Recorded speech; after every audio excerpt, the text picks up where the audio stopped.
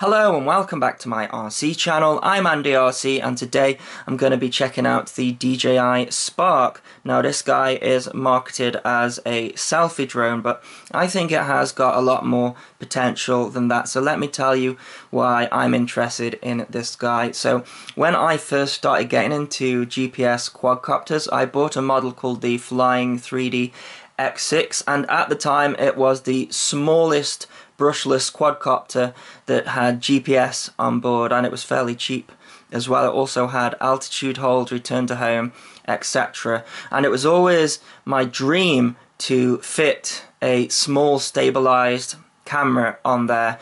Now I joined a thread on RC groups that was all about making a small brushless gimbal for the 808/16 camera and also the Mobius camera.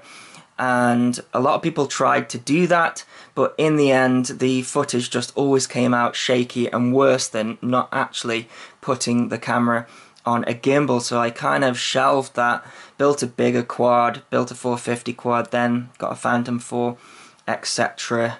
And that was that. But the thing that really interests me about this is it is a smaller form factor than the Flying 3D X6, and from the footage that I've already seen of this guy, they have somehow managed to create a stable image from this tiny camera here on just a 2-axis gimbal. So I was planning on adding a 2-axis gimbal to the Flying 3D X6 and it just never worked out. It was always too shaky. So DJI, they absolutely wiped the floor with everything out there. I don't know how they do it, and now they're going for the selfie market, which I think is an unusual thing because it's not like a hugely popular market. Like we have the Unique Breeze and we have that Genius Idea model and then the Derby model, and there's probably a couple of others as well. One thing I really like about it though is that this one is kind of in that price range. So I think the Derby when it came out was about £300. The Unique Breeze I think £350, something like that. The prices change all the time. Now if you get this guy from DJI, it will cost you £519. This is the bind and fly version, but Banggood are somehow selling it for £100 cheaper. So at the date of this video, this one costs just £419. Okay, you don't get a controller or anything like that. You use your phone to control it. But if you buy the controller separately, it costs £159 from DJI. And if you want to buy the Spark with the controller, you have to buy the Fly More package, and that comes to £700 here. So what I've done is got the one from Banggood, and then I'm going to buy the controller separately, and that should save me a lot of money, because when you're spending like £700 on something like this, you're getting into Mavic territory, and the Mavic, it's going to have a greater distance, it's a bigger model, but it also compacts down to a size like this, and it also has a flight time of like 20 minutes, whereas this guy has a flight time of 16 minutes. So the Fly More package with the controller, and I think you get an extra battery and an extra charger, and you get prop protectors, and you get a little like package to put it in like a little bag. Yeah, it's a good package, but for me, I've decided to get the bind and fly version from Banggood and then order the controller separately. Yeah, it's still going to be expensive, but then I have got my dream model, which is a small GPS quadcopter that I'm going to be able to control. I think they say up to 1.2 miles with the controller. I never fly that far anyway. But with this version that I've got here today, I can only use a phone to fly it for now. I've got to wait for the controller to turn up. And I think I'm going to be using my iPhone 6 Plus because I've been having trouble with my Google Pixel XL and the DJI Go app. And seeing as this model completely relies on the phone connection, I'm not going to risk seeing whether they have corrected that with the Google Pixel there, so I'm going to fly it today with the iPhone 6. I haven't opened this guy yet, and just one small problem getting stuff from China is, yeah, it gets battered along the way. Hopefully it is just superficial damage to the box. So let's get this guy open. Look, it's sealed. I haven't opened it. So let's get the knife on and let's cut down here. And let's see what you get in this bind and fly package. So this one should be the white edition. Oh, we do have another sticker there. So just cut that down there. And let's open this guy. So looks like we do still get a box with it. Let's have a look here. Let's take that off. Does it tell us anything? Just has got a QR code on there for applying for DJI Care, I think. So this is like a foam. I don't know what type of foam. Very similar to the foam that you got with the Phantom 4 case. So, you know, the Fly More package, it does come with that pouch, but you still get something you can keep it in here. So what do we have here? Just another box here. So just two things there. So let's get this guy open. Have we got anything else stopping this thing? Doesn't look like it, so hopefully this should just lift open, and it does. And well, yeah, it is a tiny model. It's got some weight to it. Just look at that little tiny camera at the front there. So what I like about this is it goes in this little pouch here with the propellers on, so they're already on. We just have a couple of things to remove here. So we've got some sensors at the front there and a little tiny camera. And then looks like the battery is already connected there. We have got some warnings here. What does it say there? Charge the battery first. Then we got the power on button there. Now, supposedly you can actually fly this guy without having to even plug it into the phone or anything. It's got the gesture mode. I'm not too sure about that. When it comes to safety, I think it's always best to have a controller, really. But the controller hasn't turned up yet, so I need to wait for that. What have we got here? Looks like some spare propellers. Is it just two spare propellers? Yeah, it looks like it. And do the props come off the same way as the Mavic?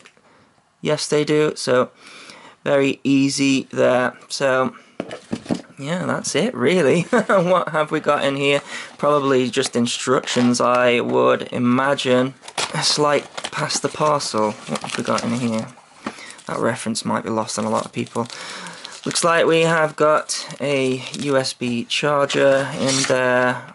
Lots of spare bits of packing. Looks like we've got instructions there. USB cable. And that's everything in there. So yeah, not a lot of stuff. So I guess that's going to be for charging the battery there. And that is it. Oh, by the way, I have bought some cool decals for the top. I don't know if I'm going to stick it on, but there's a carbon fiber one in here, which I thought might make it look pretty cool. Yeah, there's some weight to this, I tell you. So I've got two clips there for the battery. Then, like I say, they say it's going to be a 16-minute flight time. DJI, they always overcompensate for their flight time. They say, like, the Mavic will fly for 27 minutes and it flies for, like, 20 minutes, something like that. So this one's probably going to be flying for about, like, 13 minutes, something like that, rather than 16 minutes. The quality of this is so good, though. So it looks like we have got a optical flow camera there, and we have two more sensors here and sensors at the front, LEDs on here. Really impressed with the quality of this. It feels like the same material as the Mavic as well. This white top here is blasting out the exposure on this camera. Yeah, I'm impressed with what you get so far, so hopefully it's gonna fly as good as it looks. I need to figure out where to put the SD card. Is that in here somewhere?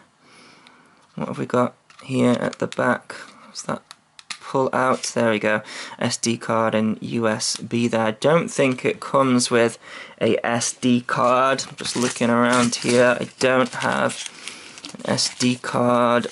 So yeah, have to use my own SD card, but that's absolutely fine. So the next thing to do is charge the battery and then stick in the app and see what options that we've got. Okay, so I charged this guy up a little bit and it's got the same indicator on the back there. The way that you charge it with this version is just with this USB adapter here. It charges at 3 amps, so it actually charges pretty quick.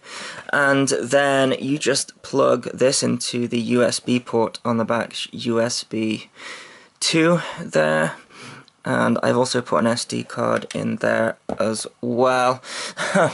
Something that you learn straight away is that when you plug this in, it creates a Wi-Fi hotspot, and it's got its own password, and the password is underneath the battery, which is a little bit of a pain. So there is the password there, and you can change that once you have connected to it, but I got all of this turned on.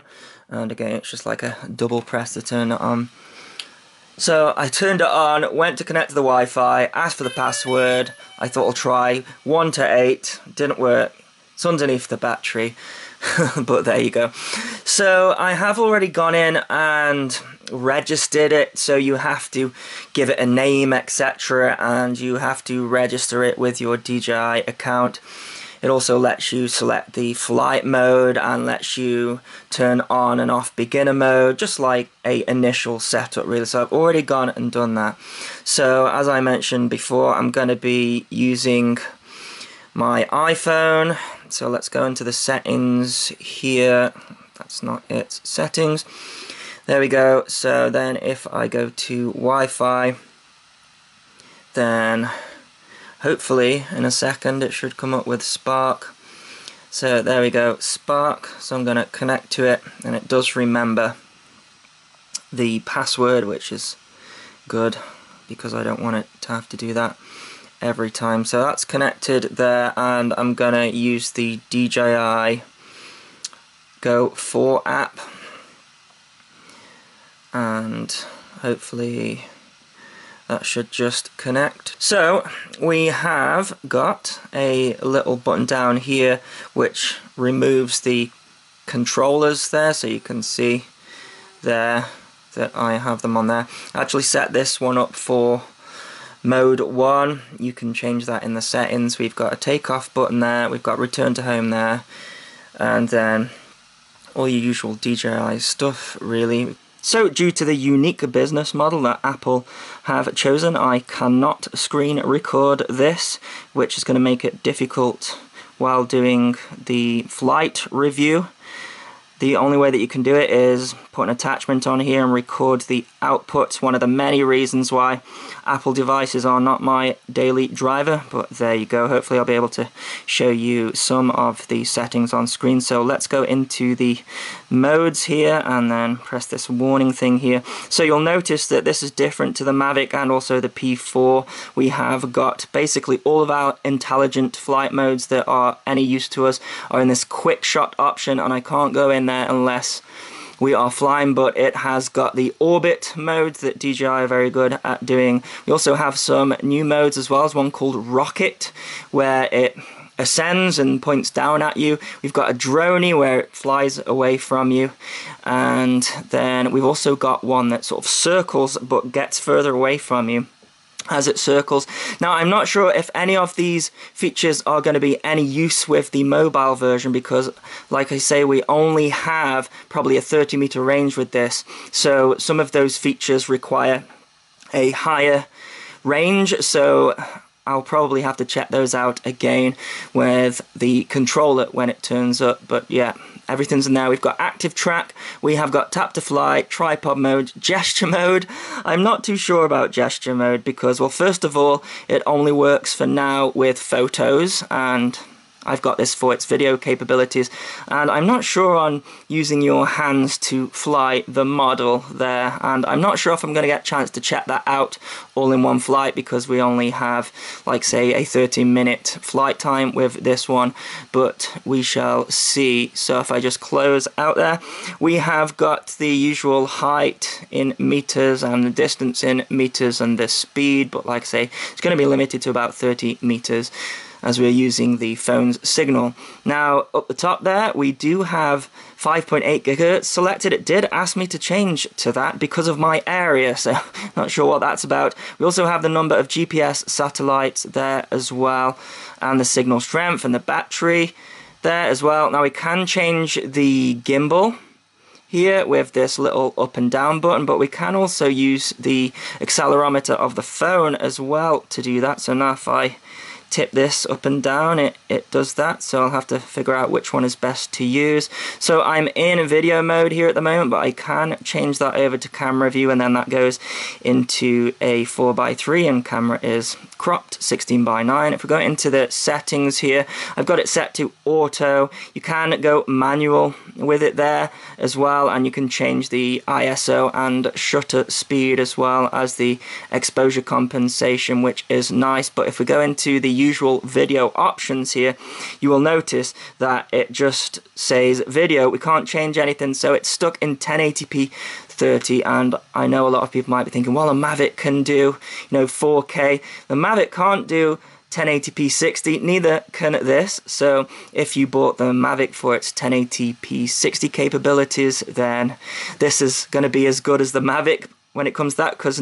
neither do 1080p 60. But I think for the price of this one and how small it is and what it's capable of, I think that is still going to be pretty cool, but we shall see, because I do like 1080p 60, and yeah, it would have been nice to have 1080p 60, but it's just stuck in that mode. Then if we go into the settings here, we can add all sorts of things like change the white balance, add a grid, format the SD card, etc.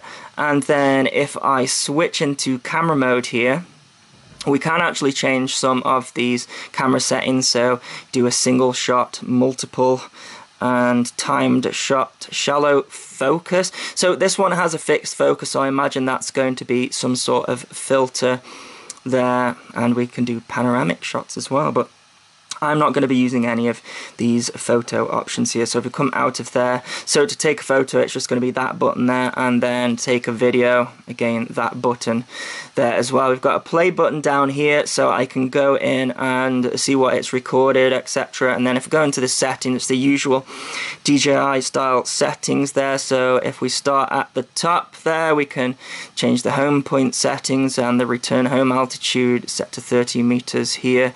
Turn beginner mode on, we've got max flight altitude and the max distance that's set to 50 meters, and I don't think I'm going to be going any further out than that.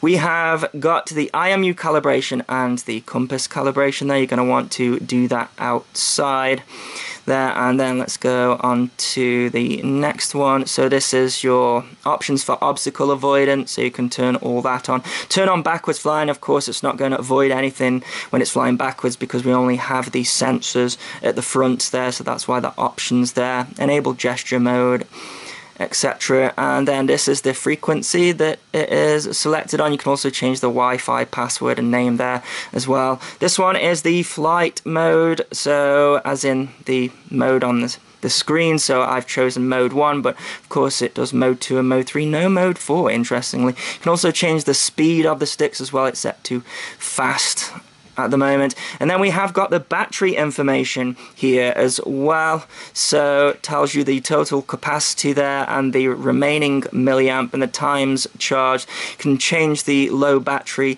warning there. Interestingly, there's no discharge option on here like you've got with the Mavic and the Phantom, so I don't know what the deal is with the intelligent battery discharging on its own. It says on the DJI website that it has got 12 intelligent functions, but then does not tell you what those 12 functions are, so I'm going to have to after I've done the flight is charge the battery up fully and see if it ever discharges itself, because no information there. I'm going to assume that it's going to, and maybe set at 10 days, or they've just decided that they know what the optimum discharge rate is and they've left it at that, but no information on that, which is a shame. So down to the camera, we can adjust the gimbal and also the pitch there as well. You can change the gimbal mode from follow to FPV. I stick it in follow there, and then you can change the measurement unit there and all sorts of things like that. You can turn off local recording to the phone, but I don't need to do that because it seems to work pretty well on Apple. Now, I have updated the firmware on this one, and a little bit tricky because the phone is connected to the quadcopter, and what happens is, while it's updating the firmware, it keeps asking you to reconnect to the internet, of course, because it's connected to the phone. So there's a lot of disconnecting from the copter, reconnecting to the phone. Of course, you won't get that if you're using the controller, but it's a bit of a pain updating it when you don't have a controller there. Well, it's raining here, which is a big shock. Let's go for a takeoff here. So I'm just going to press the takeoff button and then slide it, and hopefully it shall catapult itself into the air. Now, something that's interesting about the controls on this is it's not like your usual selfie drone where the controls are backwards, so you have to fly it like a normal quadcopter. So that can be quite tricky. See, I have no problems flying nose in with a controller, but on a phone it can be tricky. Just move the gimbal down there. That thing is absolutely rock solid. That's amazing. So it's saying that the cache is full on my phone, so I must have run out of space. I hope that it is still recording. So let's just have a look at how stable this thing is. I'm gonna put the camera close up to it there. Absolutely rock solid, which is expected from DJI, really, isn't it? Let's face it.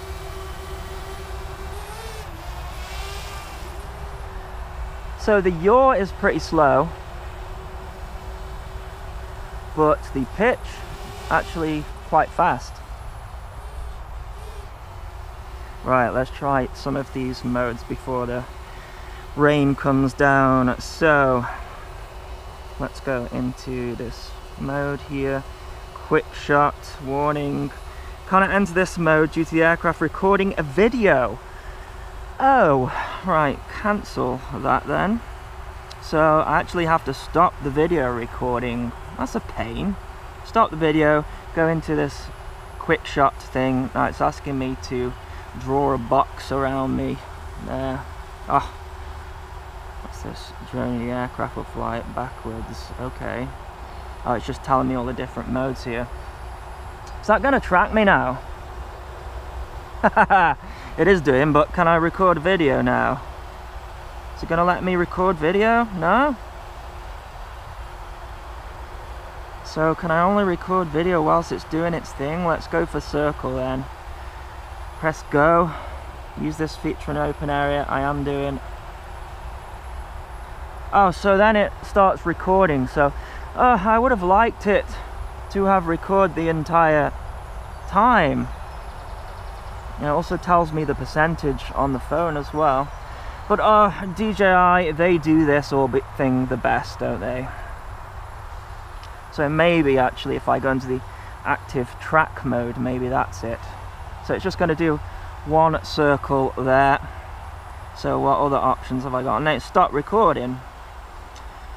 So I would prefer it to record the entire time, personally. So I want to go back into quick shot. I am in quick shot, so where's my settings? Disappeared. How do I go back into there? Do I need to go back into normal mode and then back into quick shot? What? Oh, I need to draw a box around me again, do I? There we go. Right, so droney, and again it's not recording video, so it's gonna go. Now I've got to press record or just press go, and then again starts recording.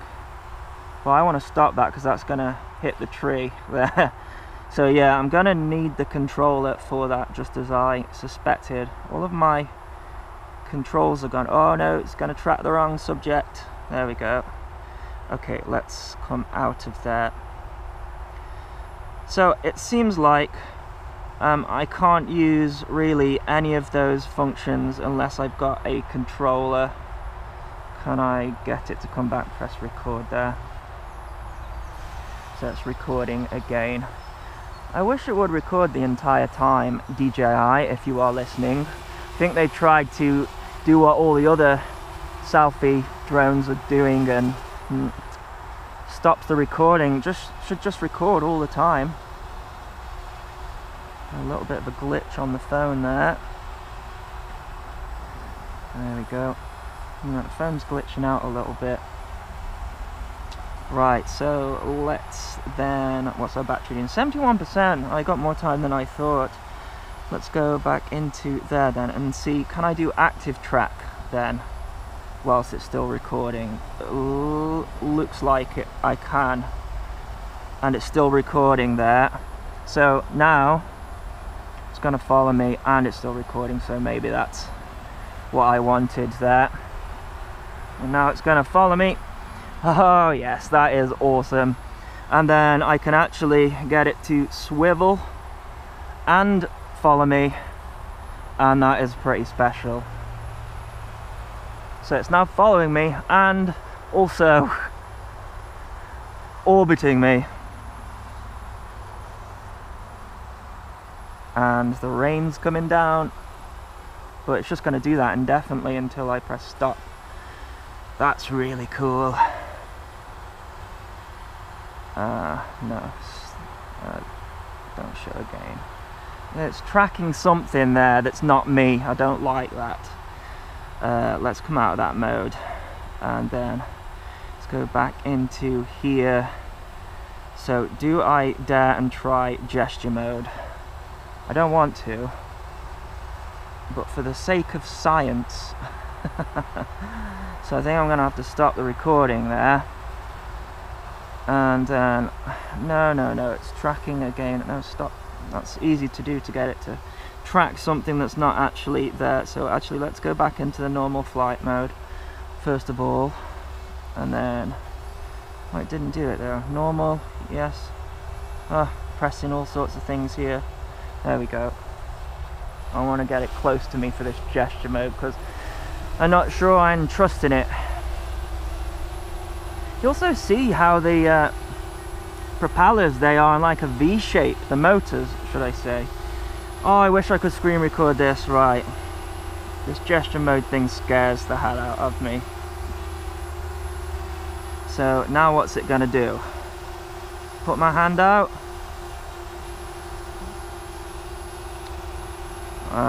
What do I need to do here on the question? Palm launch, start and stop control. So apparently I just put my hand out like that. Am I too close? What? Is it some lights were flashing there, I don't know. Doesn't seem to be doing anything. I'm probably doing it wrong. This is not the mode for me. But what happens if I must be doing something wrong here? Nothing's happening. Oh, there we go. And now I can control it with my hand. I don't like it. Go away.